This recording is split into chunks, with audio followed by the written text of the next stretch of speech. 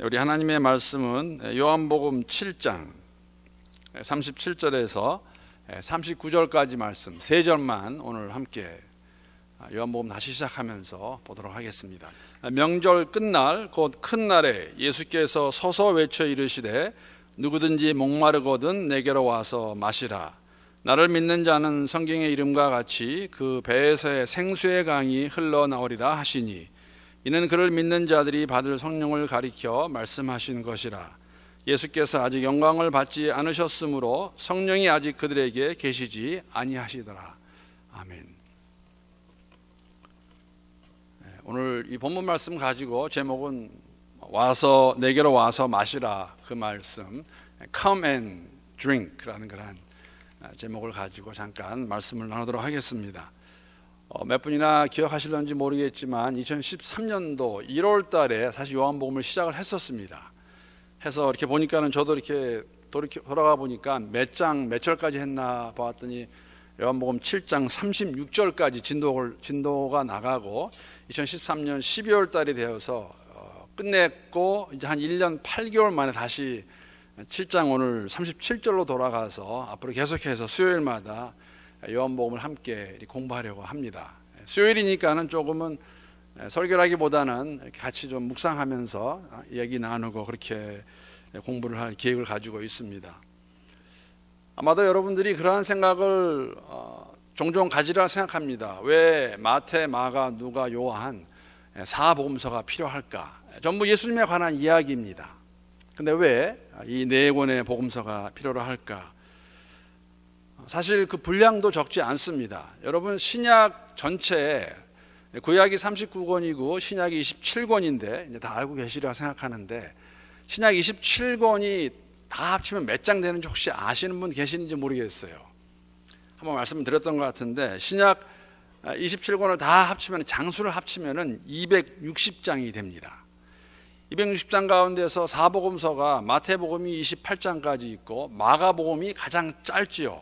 16장까지 있고, 누가복음이 24장까지 있고, 요한복음 21장까지 있으니까 이걸 다 합치면 77장이 됩니다. 그래서 거의 한 3분의 1 정도가, 신약의 3분의 1 정도가 사복음서입니다. 쉽게 말씀드리면 예수에 관한 행적, 예수님이 어떤 분인가에 대해서 저희들에게 가르쳐주고 있는 사복음서. 마태, 마가, 누가, 요한. 아무래도 오늘 요한복음을 다시 공부하게 되니까 잠깐만 복습하고, 그리고 오늘 본문 말씀을 함께 나누도록 하겠습니다. 뭐 다 아시고 계시다시피 마태복음은 마태가 지은 복음서이고, 마가복음은 저자가 마가이고, 누가복음은 저자가 누가이고, 요한복음은 사도 요한이 요한복음의 저자가 됩니다. 많이 들어서 알고 계시는 거지만 우리가 마태, 마가, 누가는 이제 공관복음이라고 이렇게 말하고 있고, 요한복음은 공관복음에는 이렇게 끼지 않습니다. 공관이라는 그 의미는 한문에서 온 것인데, 동일한 비슷한 각도를 가지고 쓴 책이 마태, 마가, 누가라면은, 즉 마태가 생각하고 마가가 생각하고 누가가 생각하는 예수님이 어떤 분인가 초점을 가지고 쓴 마태, 마가, 누가가 있는가 하면 요한복음도 그렇지만 요한복음 사실 많이 다릅니다. 다른 것 중에 가장 큰 것 중에 하나가 뭐냐면 가장 마지막에 쓰여졌어요. 마태복음 같은 것은 아마 주후 55년경 위주로 해서 70년까지 썼다고 이렇게 보고 있는데, 예수님 돌아가시고 승천하신 다음에 한 20년 정도 지났을 때에 20년, 25년 그때 쓰여진 게 마태복음이라면은, 요한복음은 가장 빨리 우리가 요한복음을 썼다고 보는 연도도 한 75년, 80년도가 됩니다. 주후. 시간이 상당히 많이 흘렀습니다. 그 말은 뭐냐면 요한복음이 복음서를 쓸 때는 벌써 마태, 마가, 누가가 쓰여졌다는 것이죠. 그러니까 알고 있었는데 왜 요한복음이, 사도 요한 요한복음을 썼을까? 변해가는 세상에서 요한이 나타내고자 하는 예수의 모습이 있었다는 것이죠. 여러분, 세상이 참 많이 변합니다. 우리가 그 주전, 주후라고 말하는 것, BC, 이제 AD라고 이렇게 말하는데, 뭐 BC라는 거, 주전은 이제 before Christ라는 말이죠. 예수님 오시기 전에를 주전이라고 말하고, AD는 영어가 아니었어요. 원래 이거는 라틴에서 온 말입니다. 아노 도미니아라고 해서, 아노는 after란 말이 있고 도미니아는 주라는 의미가 있습니다.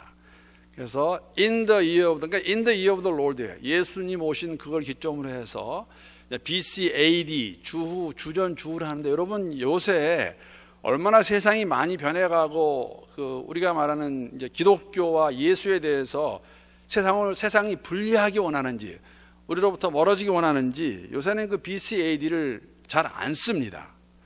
유럽에서는 벌써 이 주전, 주후란 말을 안 해요. 유럽에서는 CE, BCE로 합니다. CE는 이제 Common Era라고 그래가지고 그냥 공통의 해. 그러니까 예수자를 빼기 원하는 거다. 주전, 주. 그래서 유럽에 그렇게 하고 있는데 아마 미국도 머지않아 그런 주전, 주 안 할 것 같아요. 그런 말. 우리 한말로 보면 주전, 주겠지만 영어로 BC, AD 아마 안 쓰는 날이 올 것 같습니다. CE, BCE 그런 식으로 주호, 주전을 했을 때. 세상 많이 변하는 거 여러분 얼마 전에 신문에서 보셨을 거예요. 덴버 시의회에서 이거를 지금 결정하려고 지금 가결시키려고 하고 있는데, 무슨 가결이냐면 덴버 국제공항을 가보신 분은 아시겠지만 상당히 크고 좋습니다. 그 덴버 국제공항도 세운 지 얼마 안 됐고, 근데 거기에 이제 어느 공항에 가나 그런 게 있지만은 그 음식 파는 데가 있지 않습니까? 뭐 패스트푸드도 있고 뭐 식당도 있고 하는데 오레곤은 없는 것 같아요. 제가 이번에 LA에 갔다가 딸들하고 점심 한 끼를 거기서 먹었는데, 있을 때는 제가 가끔씩 가던 곳인데 칙플레라고 있어요. 패스트푸드 거기서 칙플레라고 있는데 그게 맛있습니다. 근데 이 칙플레라는 걸 시작한 그 분이 아주 독실한 크리스찬이었습니다.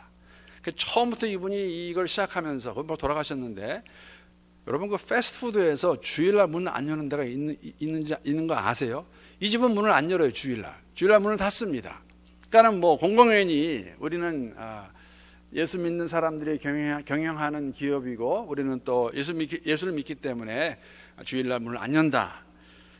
그런데 이제 얼마 전에 이 칙플레가 어떤 얘기가 있었냐면 동성 결혼 반대한다는 것을 표명을 했습니다. 얼마 전에 이제 여러분 아시는지 모르겠지만은 세상이 정말 많이 변해가요. 악하게 변해간다고 말할 수도 있죠. 우리가 이렇게 표현할 때에. 그래서 그렇게 했더니 이제 이 동성연애하는 사람들이 불매운동 시작했고, 사실 그게 여파를 받아가지고 이제 이렇게 된 거예요.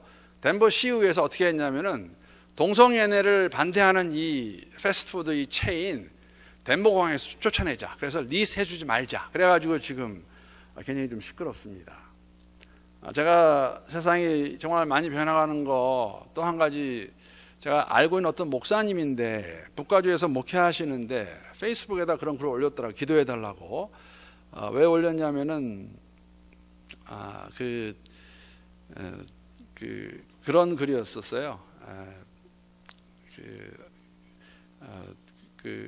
어떤 미국 교회를 빌려보는데, 이게 루터 교회입니다. 루터 교회인데 거기에 새로운 이제 루터 교회도 그 감리교와 같이 이제 그 노예에서 이렇게 노예 같은 목사를 이렇게 파송하고 그러는 것 같은데, 그 한국 교회가 빌려보고 있는 그 루터 교회가 새로운 그 목사를, 그러니까 그 사제 프리스트를 맞았는데, 이 프리스트가 동성연애 하는 사람이에요. 그래서 이제 오자마자 한 게 뭐였냐면은, 그 한국 교회는 그 교회에서 오랫동안 이제 교회를 사용했습니다. 20년 정도 그 교회 건물 빌려가지고. 근데 오자마자 이제 온 새로운 그 프리스트가, 새로운 그 사제, 우리말로 목사지요. 그 루터교 목사님이, 이게 이제 이분이 그 동성연애, 또 특히 그 트랜스젠더라고 그래가지고 이제 뭐 비슷한 종류죠. 그래가지고 갑자기 부임하자마자 교회 밖에다가 이제 레인보우를 붙이기 시작했어요. 여러분 그 동성연애가 합법화된 다음에 그 레인보우 컬러가 이 동성연애들 컬러가 됐습니다. 그래서 이제 기업들이 그걸 쓰기 시작했는데, 그래서 도저히 이제 거기에 있을 수 없어서 교회를 나가게 된다고 기도해 달라고, 이런 것들을 이제 우리가 보게 되고 읽게 되고, 이제 그러한 게 세상이 변해가는 것이죠. 어쨌든지 간에 사도 요한이, 물론 뭐 초대 1세기 때 일입니다. 50년, 55년, 60년 경에 마태, 마가, 누가가 쓰여졌는데 그 복음서가, 사도 요한은 한 75년 이후로, 어떤 분은 90년, 95년까지도 보기도 합니다. 그러니까는 한 거의 예수님 승천하시고 난 다음에 한 50년, 60년이 지난 다음에 이 복음서를 다시 씁니다. 왜 요한복음을 썼을까? 그래서 요한복음은 사실 굉장히 좀 마태, 마가, 누가 비교해서 좀 다른 점이 많이 있습니다. 그런 점들 제가 잠깐 오늘 저녁에 좀 나누고, 오늘 본문 말씀 이제 새롭게 명절 끝날은 지금 초막절을 가리키고 있는데, 이때 하신 말씀을 함께 좀 묵상하기를 원합니다. 마태, 마가, 누가 조금 이렇게 특징을 말하면은, 마태복음은 그 대상이 물론 가장 먼저 씌워졌습니다. 마태복음이 빠르게 볼 때는 한 50년부터 해서 70년까지 그 사이에 쓰여졌다고 이렇게 말합니다. 한 55년 정도로 대부분 보고 있는데, 마태복음의 대상자는 알고 계시죠? 전통 유대인들이에요. 그래서 잘 알 수 있는 게 뭐냐면 두 가지가 있습니다. 하나는 뭐냐면 마태복음의 시작이 뭐로 됩니까? 족보로 시작을 합니다. 족보의 시작의 첫 번째가 누구입니까? 아브라함입니다. 유대인들의 조상인 아브라함을 시점으로 해서 족보가 나오고 있죠. 그리고 마태복음의 또 한 가지 특징은 구약 인용이 굉장히 많습니다. 유대인들이 기다리고 있는 메시아에 대해서 구약에서 말하고 있는 그 예언들을 많이 인용합니다. 마태복음에서는. 그리고 하나가 또 있어요. 마태복음의 다른 복음서에 비해서 조금 더 많이 나오는 그 토픽이 있는데, 그 토픽이 뭐냐면은 물질에 관한 것입니다. 왜 물질에 관한 것일까요? 마태가 원래 직업이 세리였기 때문에, 무관하지 않다고 생각합니다. 원래 세리였기 때문에 그 돈에 대해서 잘 알고 또 거기에 대해서 많이 기록한 것을 마태복음에서 볼 수가 있습니다. 누가복음도 족보가 나옵니다. 누가복음에도 3장에 가게 되면. 근데 누가복음 족보와 마태복음 족보의 다른 점이 무엇일까? 마태복음의 족보는 아브라함이 시작인데, 누가복음은 어디까지 갑니까?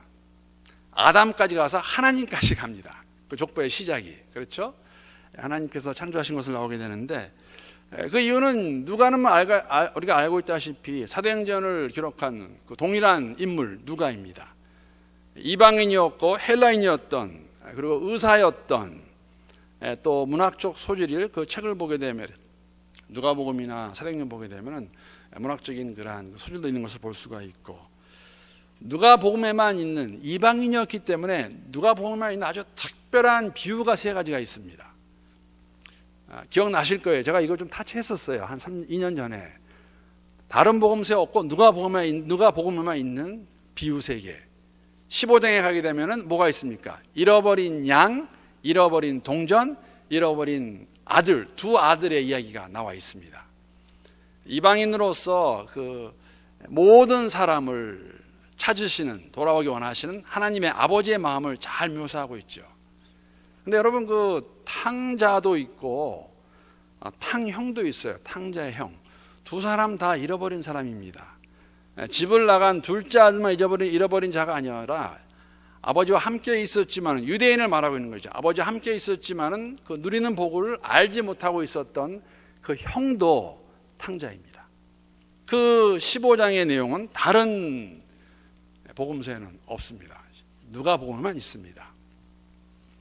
마가복음도 특징이 여러 가지가 있어요. 그러니까 여러분, 마태, 누가, 마가 좀 특징을 기억하시겠죠. 마가복음의 저자는 마가 요한입니다. 마가 요한이 누구입니까? 여러분 기억나실 거예요. 상대적으로 만약에 이제 마태복음의 독자들이 정통 유대인이었다면은 누가복음의 독자들은 이방인들입니다. 헬라인들 대부분이 그 주 독자가. 마가복음은 로마에 있던 로마에 있던 사람들을 생각하고 쓴 것이라고 그렇게 보고 있는데, 이 마가복음에 나와 있는 다른 복음서에 없는 아주 흥미로운 구절, 어떻게 보면은 이게 왜 여기에 써 있을까 하는 그러한 구절이 한 군데가 있는데, 어디에 있냐면은 마가복음 14장 51절, 52절에 있습니다. 다른 복음서에 없습니다. 여기에만 있습니다. 마가복음에만. 한 청년이 벗은 몸에 배 혼이불을 두르고 예수를 따라가다가 무리에게 잡히매 배 혼이불을 버리고 벗은 몸으로 도망하니라. 이 청년이 누구일까? 이 청년을 성경학자들은 마가 요한으로 추측합니다. 본인이에요. 여러분, 이 마가 요한은 우리가 잘 알고 있는 것이 바울의 1차 전도 여행 때 바울과 바나바가 마가를 데리고 가죠. 기억나세요? 사도행전 공부할 때. 그러다가 도중에 힘이 들어서 사실은 다시 돌아갑니다. 그 마가 요한. 그래서 그 마가 요한은 자신이 알고 있었어요. 예수를 따르겠다고 하다가 자신의 나약함으로, 연약함으로 인해서 도중에 포기했던 경험이 있는 이 마가 요한. 이 마가 요한이 나중에 복음서를 씁니다. 그래서 마가복음은 굉장히 사건 위주로 돼 있고 빨리빨리 나간 다음에 마지막에 부활의 소망을 이렇게 보여주는 것. 그래서 마가복음은 짧고 본인이 실패했던 경험이 있는 그런 마가 요한, 마가가 쓴 복음서가 이제 마가복음이라고 말할 수 있겠습니다. 자, 요한복음에 오게 되면은 제가 말씀드린 것 같이 요한복음은 공관복음이 아니에요. 왜냐하면 마태, 마가, 누가와 그 쓴 내용이라든지 스타일이 굉장히 많이 다릅니다. 그리고 사실은 굉장히 깊이가 있습니다. 물론 그것은 신학적인 그러한 깊이라고 말하는데, 여러분 그 요한복음에서 기억나실 거예요. 요한이 자신을 밝히지 않아요. 사도 요한이라고. 그리고 무엇이라고 요한복음에서 씁니까? 자신을. 예수님이 사랑한 제자라고 이렇게 표현합니다. 자, 이 의미가 상당히 어떻게 보면은 사실은 맞습니다. 예수님이 항상 있던 제자가 요한이었었죠. 십자가에서 맨 마지막까지 예수님의 어머니와 함께 있던 자가 요한입니다. 다른 제자들은 거론되지 않습니다. 마지막까지 있던 요한. 그렇기 때문에 동일한 사건을 기록해도, 즉 말씀드리면은 마태, 마가, 누가, 요한에 동일하게 나오는 사건들이 있습니다. 다른 복음서는 없이 요한만 알고 있는 것들이 있어요. 예를 들면은, 그래서 한 군데만 제가 참고로 나누겠습니다. 그 오병이어 기적의 사건입니다. 보리떡 2개와 물고기 5마리로 많은 사람을 먹이는데 다른 마태, 마가, 누가는 그냥 그 사건만 기록하고 있어요. 그렇게 됐었다. 그런데 요한은 거기에다가 덧붙이는 글이 있습니다. 요한복음 6장 13절에 15절 말씀 제가 한번 읽어보겠습니다. 동일한 그 오병이어의 사건입니다. 그 예수님께서 먹이신 사건인데, 마지막 보게 되면 이에 거두니 보리떡 5개로 먹고 남은 조각이 12바구니에 찼더라. 그 사람들이 예수께서 행하신 이 표적을 보고 말하되 이는 참으로 세상에 오실 그 선지자라 하더라. 그러므로 예수께서 그들이 와서 자기를 억지로 붙들어 임금으로 삼으려는 줄 아시고 다시 혼자 산으로 떠나가시니라. 14절 15절의 내용은 다른 데 나오지 않습니다. 오병이의 기적을 경험한 사람들의 마음을 사실 표현하고 있는 것이죠. 2가지가 있습니다. 사람들이 이가 혹시 메시아가 아닌가 하는 그 생각을 가지고 있는 것을 보여주고 있고, 더 나아가서는 사람들이 이분이 만약에 정말 메시아라면은 이 사람을, 예수를 억지로라도 우리의 왕으로 만들어야겠다라는 것을 요한은 요한복음에서 표현하고 있죠. 사람들이 이 사건을 가지고 무엇을 생각했나를 알고 요한복음에 기록하고 있다는 것이죠. 예수님이 사랑했던 제자였다는 것을 였다라고 자신을 밝히면서 다른 복음서에서는 쓰여지지 않은 그러한 내용들이 있는 것 알 수가 있습니다. 그래서 이제 돌아갑니다. 그럼 요한복음, 사도 요한이 요한복음을 쓴 목적이 무엇일까? 요한의 렌즈로 이제 제가 보셔야 돼요. 사도 요한이 어떠한 사람이었고 언제 썼고 무엇을 알리기 위해서. 왜냐하면 예수가 누구인가는 다 알고 있었어요. 마태, 마가, 어떻게 보면 누가복음을 통해서. 그런데 왜 이걸 또 썼을까? 요한이 이렇게, 요한복음 맨 마지막에 가면 이렇게 기록하는 내용이 있습니다. 요한복음 21장 25절 말씀 보게 되면은 우리가 잘 알고 있는 내용인데, 예수께서 행하신 일이 이 외에도 많으니 만일 낱낱이 기록된다면 이 세상이라도 기록된 책을 두기에 부족할 줄 아노라. 짧은 33년의 삶을 사셨지만, 그리고 공생의 기간은 3년밖에 되지 않습니다. 그러나 3년 동안 하신 그 일만을 만약에 기록한다 할지라도, 여기 이제 요한이 그렇게 말하죠. 이 세상을 다 사용한다 할지라도 기록할 수 없다는 것을 그렇게 말하고 있고, 그럼 그 가운데서 왜 이것만 기록했을까? 지금 우리에게 주어지는 21장의 내용, 21장의 내용만 기록했을까? 그 이유, 그 목적, 그것을 이렇게 어떻게 보면은 꼭 필요한 그 엑기스를 뽑아서 이제 하는 건데, 이것을 기록한 이유가 무엇일까? 그게 이제 요한복음 20장 30절 31절에 나옵니다. 예수께서 제자들 앞에서 이 책에 기록되지 아니한 다른 표적도 많이 행하셨으나, 여러분 이거 쓰는 게 지금 사도 요한이에요. 오직 이것을 기록함은 너희로 예수께서 하나님의 아들 그리스도이심을 믿게 하려 함이요 또 너희로 믿고 그 이름을 힘입어 생명을 얻게 하려 함이니라. 그렇게 이제 기록하고 있습니다. 많은 것이 있지만, 다른 표적도 많이 행하였지만, 그것을 만약에 다 기록하려면은 세상이라도 부족하지만, 이렇게 이것만을 가지고 쓰는 이유는 예수가 하나님의 아들이신 것을 믿게 하고 그걸 믿음으로 말미암아 그 이름을 힘입어 이제 생명을 얻게 하려 함이니라. 더 풍성하게 예수가 정말 하나님의 아들인가를 증명하고, 그 하나님의 아들인 예수를 믿게 되면 그 이름으로, 그 예수 안에서 생명을 얻어서 승리할 수 있게 하기 위해서 요한복음을 쓰고 있다고 말하고 있습니다. 그러니까 요한복음의 주제는 크게 두 가지죠. 물론 마태, 마가, 누가도 다르지 않지만 예수가 누구이며 그 예수가 우리에게 주시는 것이 무엇인가, 영생인데 그분이 영생을 주실 만한 조건이, 그러니까 힘이 있는 분인가를 설명하고 있습니다. 그래서 1장 1절에 가게 되면은 다른 복음사와 다르게 상당히 신학적이고 깊은 내용이에요. 여러분 이제 제가 그 요한복음에서 좋아하는 구절 가운데 정말 좋아하는 구절 하나가 있어요. 요한복음 17장 3절 말씀. 제가 속으로 할 때마다 이렇게 외우라고 이렇게 말씀드리는 건데, 영생은 참 하나님과 그가 보내신 아들 예수 그리스도를 알아가는 것이라고 이렇게 표현하고 있습니다.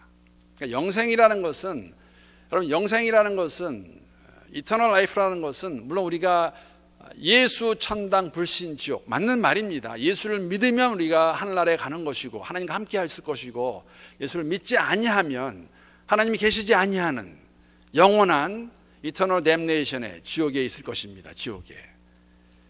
그러나 영생은 예수를 우리가 믿음으로 아는 그 순간부터, 우리 고백하는 그 순간부터 우리는 영생을 누리기 시작합니다. 그러니까 알아간다고 표현하고 있죠.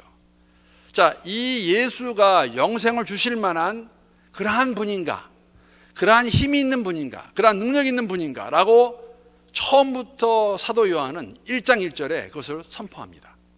1장 1절 보게 되면 태초에 말씀이 계시니라, 이 말씀이 하나님과 함께 계셨으니 이 말씀은 곧 하나님이시니라 라고 예수를 하나님이라고 선포합니다.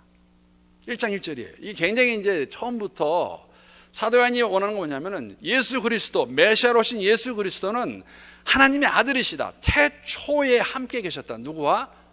여호와, 야훼와 여호와 하나님과 함께 계셨는데 그 하나님께서 우리 가운데 오셨다는 것이죠. 그래서 1장 14절에 보게 되면은 말씀이, 태초에 함께 계셨던 그 말씀이 예수가 육신이 되어 우리 가운데 거하심에 우리가 그의 영광을 보니 아버지의 독생자의 영광이요 은혜와 진리가 충만하더라. 기록하고 있습니다. 1장에 나오는 이야기입니다. 들어가면서 그냥 선포하는 거예요. 태초에 계신 그 하나님과 함께 계셨던 그 아들 예수 그리스도 말씀이셨는데, 그 말씀이 14절에 보게 되면 우리 가운데 오신 성육신하신 그분이라고 말을 하고 있는 것이죠. 그러면 왜 이때 오셨을까? 이거를 잘 우리에게 설명해 주는 글이 갈라디아서 4장 4절 말씀이에요. 사도 바울이 이걸 잘 이해하고 이렇게 저희들에게 말씀해 줍니다. 4장 4절 보게 되면은 갈라디아서 4장 4절, 때가 참에 하나님이 그 아들을 보내사 여자에게 나게 하시고 율법 아래 나게 하신 것은 때가 참에, 하나님의 때가 되어서, 하나님의 시간표에 의해서 예수가 오실 때가 되어서 2000년 전에 이 말씀이신 예수 그리스도께서 성육신으로 우리 가운데 오셨다고 그렇게 말씀해 주고 있습니다. 요한복음을 보면서 우리가 또 한 가지 좀 오늘 저녁에 잠깐 제가 나누기 원하는 것은, 여러분이 때라는 거죠. 때, 하나님의 때가 참에. 구약에서 하나님께서 이스라엘 백성을 선택하시고 아브라함을 통해서 이스라엘 백성을 만드시고, 사실 그 백성을 통해서 하나님이 어떠한 분이신가 알리기를 원하셨고, 또 계획 가운데서 말라기를 끝으로 400년 지난 다음에 때가 되었을 때 예수님께서 오십니다. 하나님의 때라는 것은 우리가 이 땅에서 여러분 예수와 하나님을 알고 믿음으로 인해서 그 안에서 영생, 생명을 누린다는 것. 어떻게 보면 우리가 이 땅에 살아가면서 여러분 오늘도 우리가 하루를 살면서 여러 가지 일들이 많이 있었습니다. 좋은 일, 힘든 일, 어려운 일, 아픈 일, 이런 거 왜 있을까? 없으면 좋겠다. 다 그런 일들이 있었을 것입니다. 뭐 다는 아니더라도 뭐 오늘은 뭐 좋은 일만 있었으면은 praise the Lord, 감사한 일이죠. 그런데 꼭 그렇진 않아요. 마음 아픈 일도 있고 속상한 일도 있고 누구의 말 때문에 마음도 상할 수도 있고 기쁜 일도 있고, 이러한 모든 것 가운데에서 우리가 어떻게 생명을 가지고 살아갈 수 있을까? 내가 바라는 것은 이러한 것인데 이렇게 됐으면 좋겠는데 이건 아닌 것 같은데 얼마나 기다려야 될까? 아니면 이게 정말 해결이 될까? 이 문제가 없어질까? 더 잘 될까? 그러면 어떻게 생각하세요? 왜 이런 일이 있을까? 많은 경우에는 우리는 그 상황 가운데 있을 때는 알지 못합니다. 저는 그렇습니다. 그래서 제가 이제 제 자신에게 하는 말은 뭐냐면은 just hang in there. 그냥 거기에 머물러 있어라. 머물러 있는 것은 뭐냐면 내가 이해가 안 되고 왜 그럴까는 질문이 들고 하지만 그럼에도 불구하고 하나님을 신뢰하기 때문에 그 하나님 안에서 그냥 거한다는 것이죠. 그러면 때가 되면, 시간이 지나면 우리는 종종 피조물이기 때문에 당장은 알 수 없습니다, 여러분. 시간이 지난 다음에 돌이켜보게 되면 이래서 하나님께서 이렇게 인도하셨구나, 이래서 이것이 이렇게 되었구나, 이게 안 되었구나 하는 걸 안다는 것이죠. 때입니다.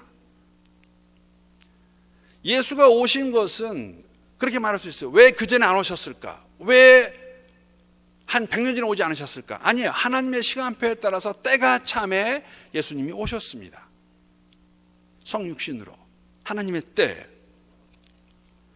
제가 지난주에 또 한 번 그걸 느꼈습니다. 제가 중국에 있을 때에 잘 알고 지내던 분이에요. 중국에서 한 15년 정도 사역을 참 잘하셨습니다. 그분이 어디서 사역하셨냐면은, 여러분이 뭐 중국은 잘 모르시더라도 그 양귀비의 고향이 사천입니다. 사천은 몇 년 전에 큰 지진이 일어났던 곳이에요. 굉장히 큰 지진이. 그 사천의 그 수도가 성도라는 곳인데, 성도에서 15년 동안 정말 사역 잘하셨어요. 그런데 갑자기 공안에서 중국 경찰이 와가지고 뭐라고 하냐면 그냥 나가라고 그런 거죠. 중국에서 이제 선교사들이, 사실 중국의 공식적인 선교사는 없습니다. 우리가 이제 일할 때 여러 가지 다른 방법으로 일을 하는데, 그냥 중국에서 일하시는 외국인들을 쫓아내는 방법은 제일 간단한 거는 뭐냐면, 감옥에 가는 사람은 북한과 같지 않게 거의 없어요. 그냥 가장 쉬운 방법, 비자를 연장 안 시켜주면 돼요. 방법이 없습니다. 뭐 그런 분들 많아요. 제가 아는 어떤 한 분도 의사인데 10년 잘하고 공부하고 돌아가려고 그러는데 대사관에서 비자를 안 줘요. 그럼 무슨 말이냐면 들어오지 말라는 것이죠. 이분도 15년 정말 잘하셨어요. 그리고 그 사천 대지진 났을 때에 그분이 이제 그 사천성에서 성도를 중심으로 해서 교회를 본인이 직접 한 게 아니라 그분이 가르치신 중국 사람들을 통해서 교회를 한 7, 8개 교회를 개척하셨어요. 그래서 그분들이, 이 중국 교회 분들이 지진 난 곳에 들어가셔가지고, 중국 사람들이니까 정말 일도 열심히 하고 잘하시는 분이었는데, 잘하는 그런 교회였는데 이분이 이제 비자를 안 주니까 나오게 된 겁니다. 그래가지고 제가 이번 주 전화를 좀 했는데, 이제 감사한 거는 그분이 중국 들어가기 전에 그 대만에서 대북 타이페이 근방에서 목회를 좀 하셨었어요. 왜냐하면 대만에서 신학하셨기 때문에. 그래서 원래 계시던 전도사 때 있던 교회에서 오라고 그래서 이제 거기 가서 목회하시는데, 제가 한 가지 또 느낀 게 뭐냐면 이런 거예요. 지금 말씀드린 대로 지난번에 잠깐 말씀드린 것 같은데, 저희도 10년 지난 다음에 그러니까 중국에서 10년 지나고 나와서 이제 안 가기로 이제 제가 결정을 했을 때에, 저희는 이제 트라이도 안 했지, 안 가기로 했으니까 비자를 신청하지도 않았었어요. 그런데 계속 들려오는 이야기는 뭐냐면 그런 거예요. 우리가 만약에 간다고 했어도 비자가 나왔을까? 잘 모르겠다는 것이죠. 다만 저희 가정의 입장에서는 안 가기로 하고, 이제 제가 말씀 한번 나눈 건데, 안 가기로 하고 얼마 있지 않다가 우리 막내딸이 아픈 것을 발견하면서 하나님께서 이렇게 인도하셨구나 하는 걸 알고 있었는데, 그렇게 받아들였는데, 또 이분과 얘기하면서 몇 사람 그런 분이 몇 분 계시더라고요. 한 10년을 15년 터울로 해서 중국으로 돌아가지 못하신 분들이 많이 있었습니다.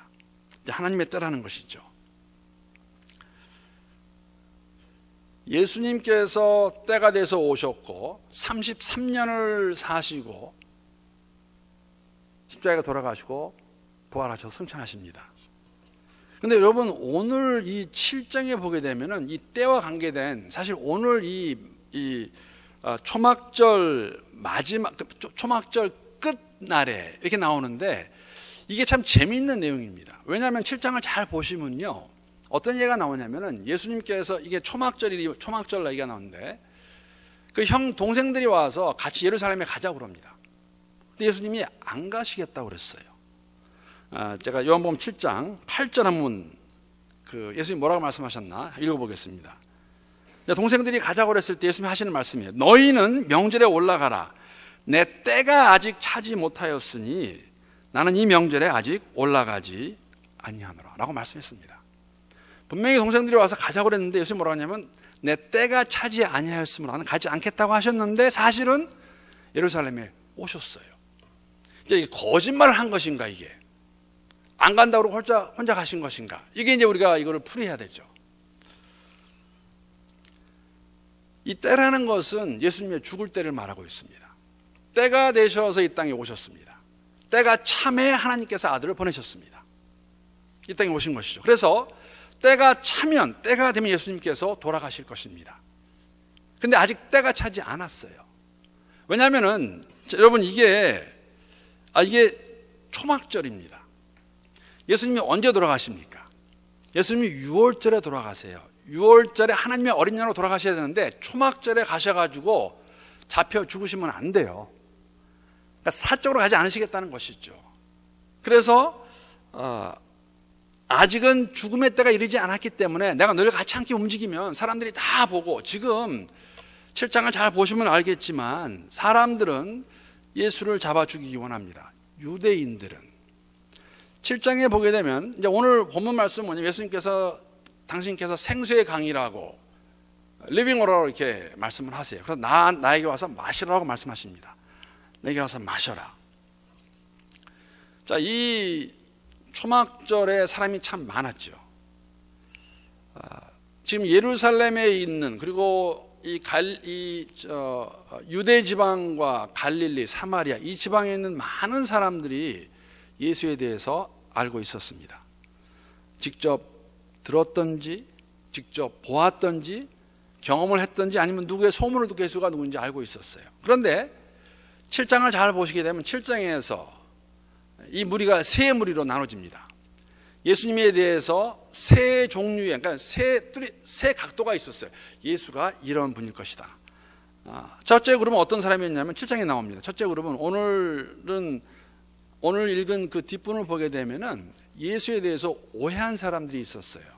무슨 말씀이냐면 선지자인 것 같은데, 그리고 메시아인 것 같은데 메시아일 수 없다고 생각하는 사람들이 있었다는 것이죠. 그 이유는 말라기에 보게 되면은 메시아로 오실 그분의 근원을 알 수 없다라는 것이 있습니다. 그러니까는 이제 예루살렘에 있던 사람이라든지 이 당시에 사람들의 생각 가운데 뭐가 있었냐면은 예수가 누구인지 아는 거예요. 갈릴리 사람이고 나사렛 사람이고 그 부모가 누구인지도 알고 형제가 누구인지도 아는데 어떻게 이런 사람이 아무리 표적을 행한다 할지라도 메시아가 될 수 있느냐. 그래서 아직까지 예수를 받아들이지 못하고 오해한 사람들이 있었습니다.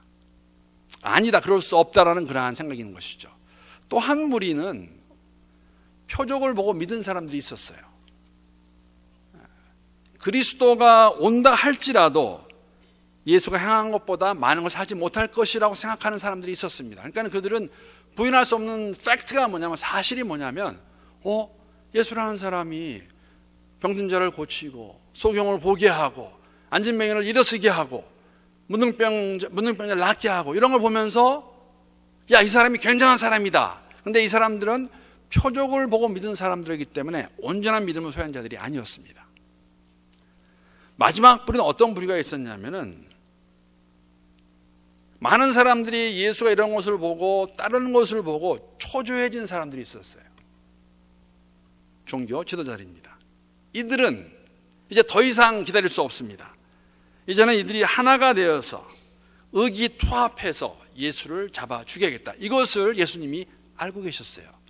초막절에 올라가서 너무 어텐션을 받게 되면은 6월절까지 가지 못하고 죽을 수도 있기 때문에 올라오셨다가 사실은 초막절 끝날 마지막 날 이 말씀을 하십니다. 그것도 서서 외쳐 일어서 말씀하시는 것이죠. 누구든지 목마르거든 내게로 와서 마시라. 나를 믿는 자는 성령의 이름과 같이 그 배에서 생수의 강이 흘러나오리라 하시니. 한국말은 조금 어렵습니다. 그 배가 누구의 배인가? 그렇죠. 그가 누구를 말하고 있는 것인가? 이걸 이렇게 보시면 돼요. 제가 그 37, 38절 말씀을 이렇게 한번 읽어보겠습니다. 자, 만일 누구든지 목마르면 나를 믿은 예수를 믿은 그 사람을 내게 오게 하라.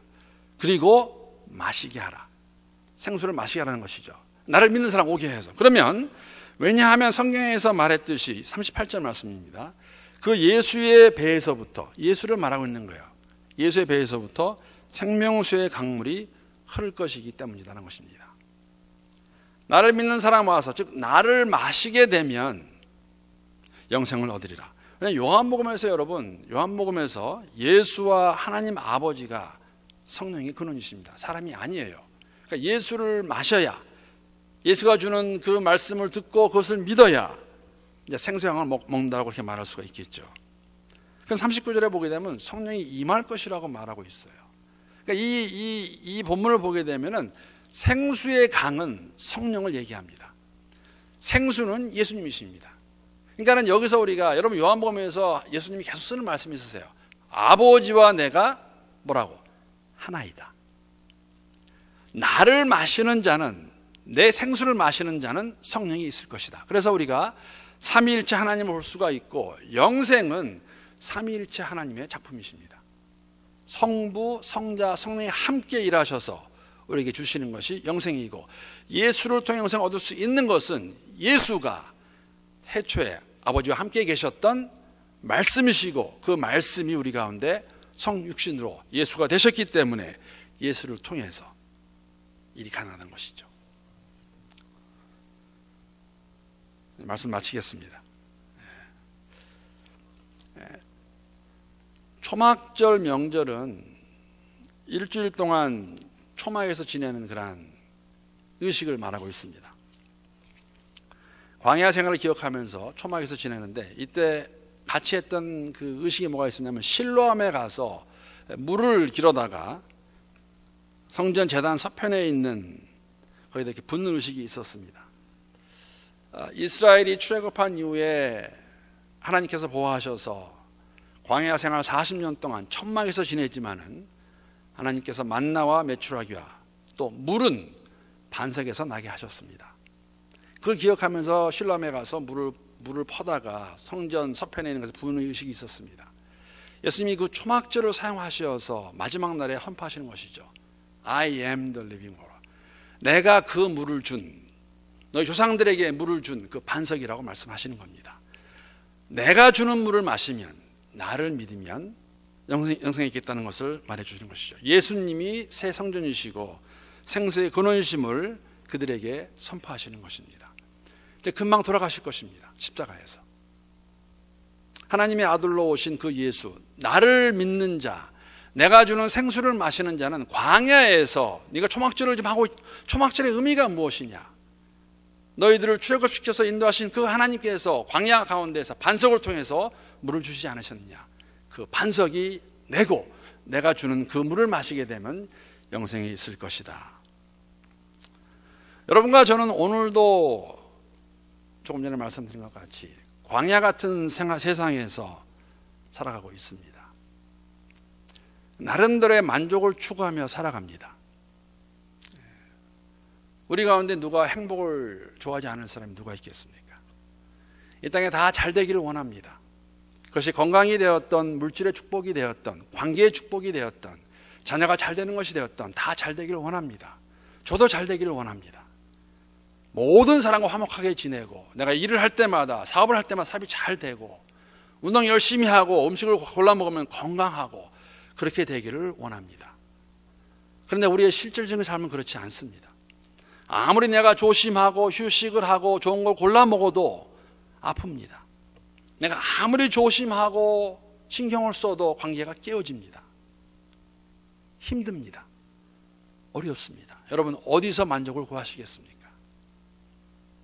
오늘 말씀은 다른 게 아니에요. 다시 한번 저희들에게 하나님의 아들 예수를 믿게 되면 그 믿음 안에서 생명을 누린다고 말하고 있는 것이죠. 예수가 우리의 생수이십니다.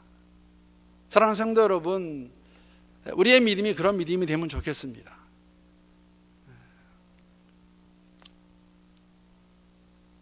잘 돼도 하나님의 은혜입니다. 내가 무엇을 잘해서가 아니고 내가 무엇을 열심히 해서 내가 이룬 것이 아니라는 것을 인정할 수가 있고, 잘 되는 모든 것은 내가 건강하다면, 내가 열심히 했을 때 돈이 나에게 주어진다면, 자녀가 잘 된다면 내가 무엇을 잘해서가 아니라 우리가 우리의 입을 통해서 하나님 고백할 수 있어야겠죠. 모든 것이 하나님의 은혜입니다. 그 은혜의 고백이 있을 때에, 우리가 어렵고 힘들 때에, 이민 생활 가운데서 여기에 부딪히고 저기에 부딪히고 힘들고 어려울 때에 다시 주 앞에 나가서 예수만을 바라보는 가운데 그분이 주시는 힘을 얻어서 생수이기 때문에 이 믿음의 생활을 나갈 수 있는, 이러한 생각을 해봤습니다. 적용하는 부분에 있어서 어떻게 하는 것이 생수이신 예수를 우리가 마시면서 살아가는 것인가. 사람마다 다를 것 같아요. 어떤 분은 정말 힘들고 어려울 때 주 앞에 나가 기도함으로써 하나님께서 그 마음을 만져주십니다.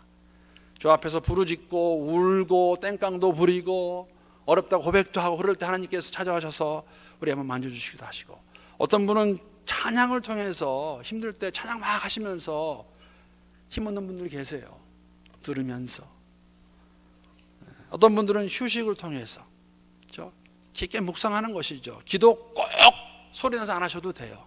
묵상 가운데 하나님께서 내게 말씀해 주시고, 말씀을 보는 가운데, 또 아니면 누군가 함께 교제하는 가운데, 여러분 우리가 이 땅에 살아가면서 정말 내 마음을 함께 나눌 수 있는 좋은 믿음의 동지가 필요합니다. 내 마음 그대로 나눌 수 있는. 왜냐하면 십자가의 도는 수직과 수평입니다. 이것만으로 안 되는 거 아시죠? 내 마음을 함께 나누고 기도할 수 있는 동지들이 있어야 돼요. 형제자매가 있어야 됩니다. 여러분의 삶 가운데 그런 분이 있는지 모르겠어요. 내 마음을 그대로 나누고 내 마음에 있는 것을 다 나누는 가운데 그것을 그대로 받아주고 이해하고 함께 기도하고 아파하고 어려워하는, 울어줄 수 있는, 웃어줄 수 있는 그러한 믿음의 동지들, 믿음의 친구들, 이러한 것들이 공동체의 삶의 모습이라는 것이죠. 오늘도 우리에게 예수님께서는 Come and drink 말씀하십니다. 와서 마셔라. 나를 마셔야 이 땅에서 힘 얻어서 생명을 가지고 살아갈 수 있다. 그러한 삶을 살아가는 여러분과 저, 또 그러한 귀한 한 주가 될 수 있기를 우리 주님의 이름으로 축복합니다.